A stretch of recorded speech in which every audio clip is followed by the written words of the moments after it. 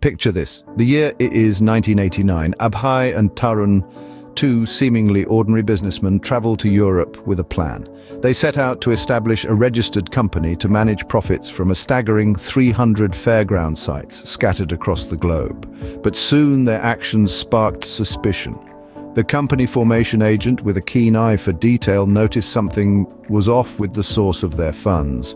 Without hesitation, he alerted the National Financial Intelligence Unit. Unbeknownst to Abhay and Tarun, the formation company continued to monitor all fund movements linked to their accounts. Fast forward to 1992.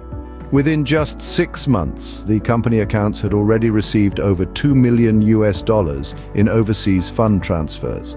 Abhay and Tarun, eager to maximize their profits, instructed the formation company to invest $2.5 million in unit trusts. The account continued to balloon with substantial sums over the next 2 years. Then, another $2.5 million found its way to a personal account, but this time it was in the name of Mrs. Akshay Ashok. Now, who was Mrs. Akshay Ashok, you ask? Well, she claimed the funds were payment for a consignment of food grains supplied to Abhay and Tarun's fairgrounds.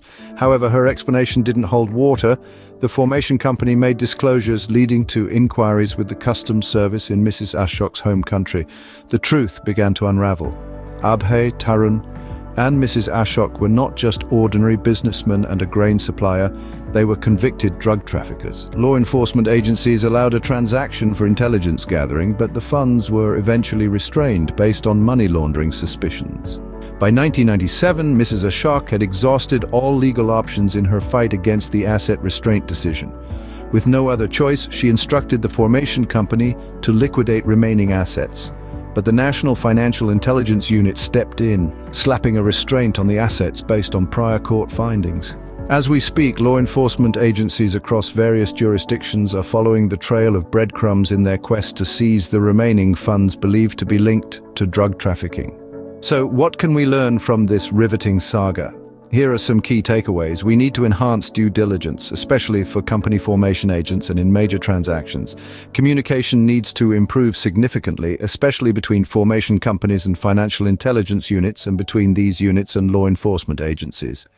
Legal processes in money laundering cases should be streamlined for quicker asset restraint and forfeiture.